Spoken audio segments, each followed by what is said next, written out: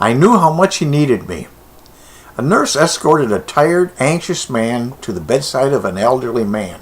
Your son is here, she whispered to the patient. She had to repeat the words several times before the patient's eyes opened. He was heavily sedated because of the pain of his heart attack, and he dimly saw the young man standing outside the oxygen tent. He reached out his hand, and the young man tightly wrapped his fingers around it, squeezing a message of encouragement.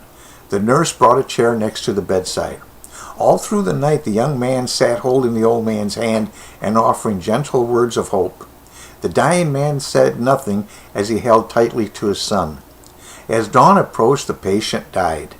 The young man placed on the bed the lifeless hand he had been holding, and then he went to notify the nurse.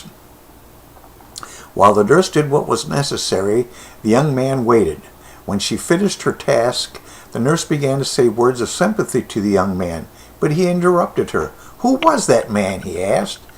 The startled nurse replied, "I thought he was your father."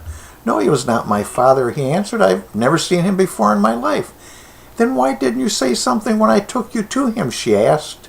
He replied, "I also knew he needed his son, and his son just wasn't here. When I realized he was too sick to tell whether or not I was his son, I knew how much he needed me." Remember, I knew how much he needed me. Luck favors the prepared mind. Take action now. If you're ready to increase your income, work from home to be with you and your family, pay off all your bills, travel and provide more for you and your family, remember, I knew how much he needed me. Click the image below. Enter your email and watch the whole video as our friend Adam explains the formula. Your family deserves it. If I can do it, so can you. This is Vince Pangori.